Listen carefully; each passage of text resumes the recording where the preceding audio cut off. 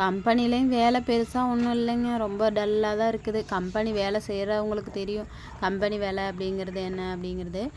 அதுக்கப்புறம் சரி அப்படின்னு சொல்லிட்டு கொள்ளுமே வந்து ஊற வச்சுருந்தது நல்லா முளப்பு கட்டி இருந்ததுங்க. காலையிலேயே வந்து நான் ஃபிக்ஸ் பண்ணி வச்சுட்டேன் மைண்டில், பாப்பா அவங்களுக்கு ஈவினிங் ஸ்நாக்ஸ் இதைத்தான் பண்ணி கொடுக்கணும் அப்படின்னு சொல்லிட்டு.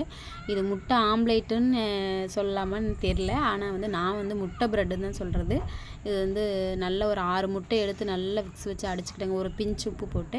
அதுக்கப்புறம் அந்த ப்ரெட்டை அந்த பக்கம் இந்த பக்கம் நல்லா நனைச்சி தோசைக்கல்லில் லைட்டாக எண்ணெய் வேணாலும் ஊற்றிக்கலாம், நெய் வேணாலும் ஊற்றிக்கலாங்க. 2 பக்கம் திருப்பி போட்டு எடுத்தோம்னா அழகான சூப்பராக இருக்கும். அதுக்கப்புறமா கொள்ளையுமே வந்து நல்லா தாளித்து விட்டேங்க. பாப்பாங்களுக்கு தாளித்து கொடுத்தோம்னா தேங்காய் போட்டு நல்லா சாப்பிடுவாங்க. அது மாதிரி சர்க்கரை போட்டு கொடுத்தாலும் நல்லா சாப்பிடுவாங்க. அதுக்கப்புறம் அதை தான் பண்ணிகிட்டு இருந்தேன். அதுக்கப்புறம் சரி அப்படின்னு சொல்லிட்டு எல்லாருமே ரவுண்டு கட்டி உட்காந்து சாப்பிட்றலாம் அப்படின்னு சொல்லிட்டு எடுத்துகிட்டு ஹாலில் வந்து உட்காந்து நல்லா ரவுண்டு கட்டி ஃபுல் கட்டு கட்டியாச்சுங்க. ஈவினிங் ஸ்நாக்ஸ் நல்லபடியாக முடிஞ்சிச்சு. நைட்டுக்கு ஏதாவது ஒன்று சாப்பாடு செய்ய வேண்டியது தான். இந்த வீடியோ பிடிச்சிருந்தா மறக்காமல் லைக் பண்ணுங்கள். நாளைக்கு ஒரு வீடியோவில் பார்க்கலாம். பாய்.